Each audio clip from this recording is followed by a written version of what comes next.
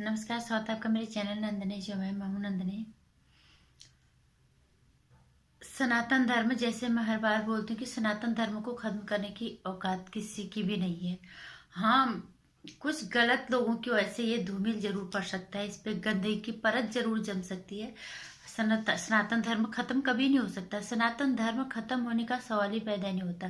काल बदलेंगे तो वक्त बदलेगा, लेकिन सनातन धर्म कभी नहीं बदलेगा। काल दर काल सनातन धर्म अजय है, अमर है। सनातन धर्म खत्म होने जैसी कोई बात है ही नहीं। लेकिन अब बात यह है कि सनातन धर्म को धूमिल पड़ने देना, क्या ये सही है? जब हम अपने आप को सनातनी कहते हैं तो हमें उस सनातन धर्म को समझना चाहिए। आज कहीं ना कहीं आज पश्चिम सभ्यता बहुत बुरी तरह से हावी हो गई है हमारे अपने संस्कृति पे, हमारे सनातन धर्म पे।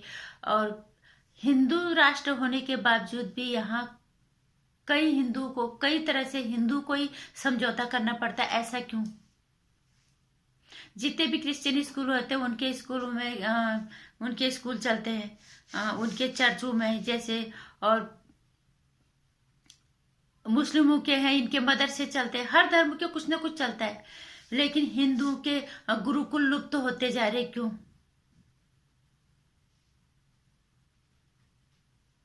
ये इसके लिए कौन जिम्मेदार है? इसके लिए हम ही जिम्मेदार है।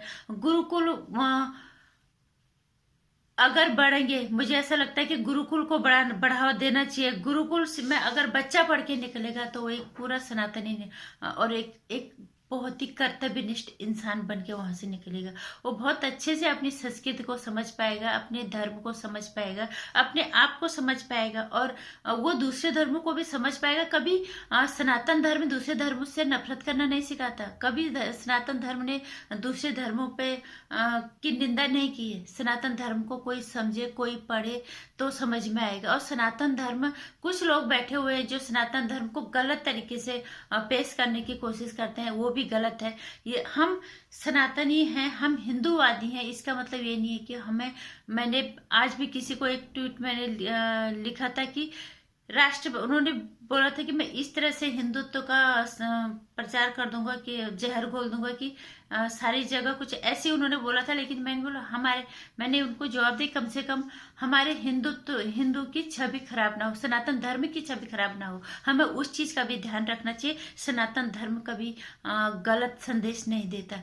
अगर आप समझते हो मर्यादा पुरुषोत्तम राम, अगर आप समझते हो श्री कृष्ण भगवान, उनको पढ़ो। और एक चीज आज मैंने और देखी और पढ़ी थी वहां पे कि सारे स्कूलों में सब कुछ पढ़ाया जाता है, हर जगह। हम अगर न्यायालय में जाते हैं, जहाँ पे कोर्ट में जाते हैं, वहां गीता पे हाथ रख के कसम खिलाए जाते हैं। तो उस गीता को हमारे कोर्स में क्यों नहीं शामिल किया जाता है? गीता सिर्फ कोर्ट में ही क्यों, हमारे धर्म में, हमारे कोर्स में क्यों नहीं शामिल होती?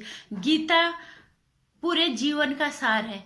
गीता पूरे जीवन का भावार्थ है, अगर कोई समझेगा तो। और गीता में आपको सब कुछ मिल जाएगा।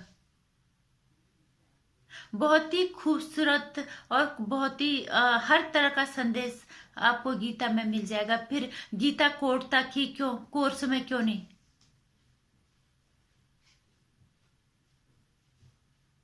गीता बहुत ही खूबसूरती से कर्म प्रधान जिंदगी का संदेश देती है।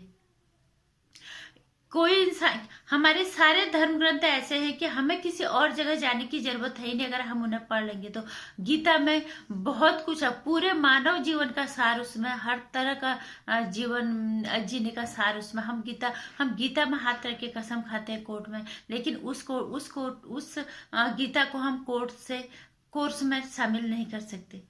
लेकिन सरकार को इस चीज पे ध्यान देना चाहिए। अगर उन्हें लगता है कि हमें इसको हिंदू राष्ट्र बनाना है, तो इस तरह के हमारे धर्म ग्रंथों का ध्यान रखना सरकार की जिम्मेदारी है। और हमारे हमारे सनातन धर्म का कोई भी ग्रंथ कोई गलत संदेश नहीं देता। आप उसको उठा के देख लो, पढ़ के देख लो। तो ये सरकार की जिम्मेदारी है कि हमारे धर्म ग्रंथों को भी, खासकर गीता को, कोर्स में शामिल करें।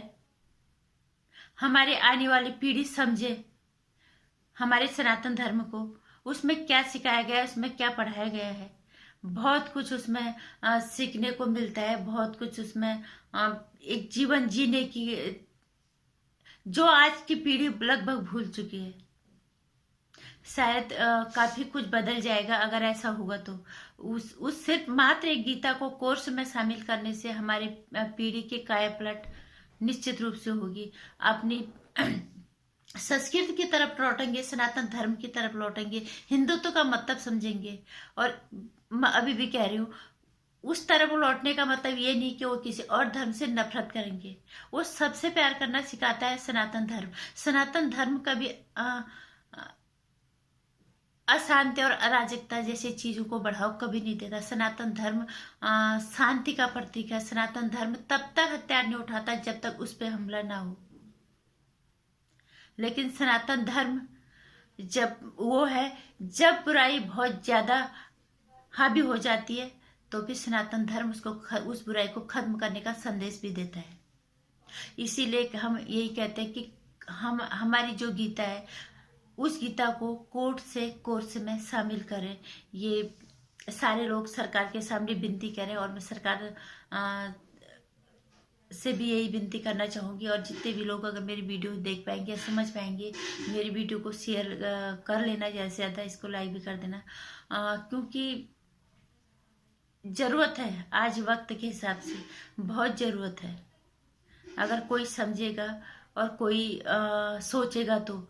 और मैं अब भी ये नहीं कह रही कि हम दूसरे धर्मों से नफरत करते हैं। सनातन धर्म किसी और धर्म से नफरत करना सिखाता ही नहीं है। कोई हमारे धर्म को समझे, पढ़े सनातन धर्म को, तो उसको बहुत कुछ चीज़ें अपने आप समझ में आ जाएंगी।